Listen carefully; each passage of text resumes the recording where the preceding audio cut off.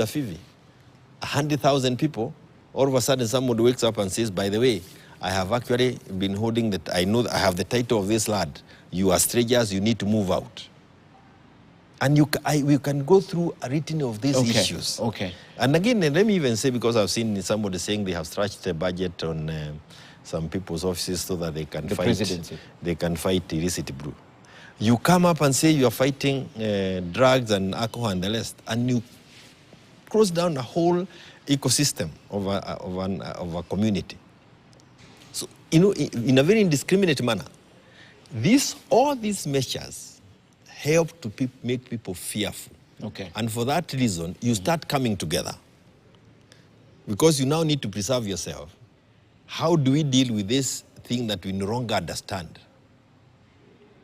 And I can tell you, it is not normal business anymore. So it's actually true, according to your statement, that Limuru 3 was all about an ethnic gain. If the taxation measures that are hurting us are not hurting other people in the country, then it's an ethnic gain. If the children who are now not going to school are only affected in the Mount Kenya region area, then it is ethnic. If the threats that we are seeing, if those demolitions are not just for Kikuyus, then it's ethnic.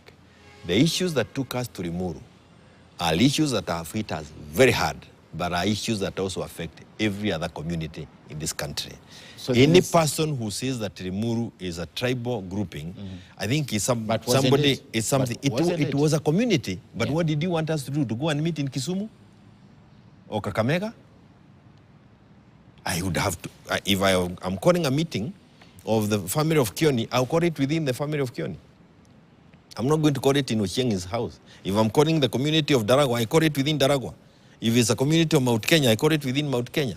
If it's a community of Kakamega, I'll call it within Kakamega. So this is a very poor way of thinking, and I keep saying it's really it's like you're really lacking something in between the ears when you go that route. And in any case, even if you wanted to go that route, even our constitution recognizes that this country called Kenya is made up of ethnic groups. These ethnic groups have representation in Bunge, in the National Assembly, in Senate, in county assemblies. And those people go to represent the issues that come from their areas. For you to know the issues that you need to take to those assemblies, you will need to meet your people. Okay. So that is one. But let me just say this. What we are now doing is there is solutions that we came up with at Limuru. We will be taking them.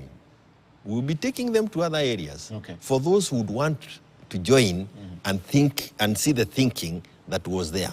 The issues are not exclusive to the mountain, but we have taken the lead in bringing people together.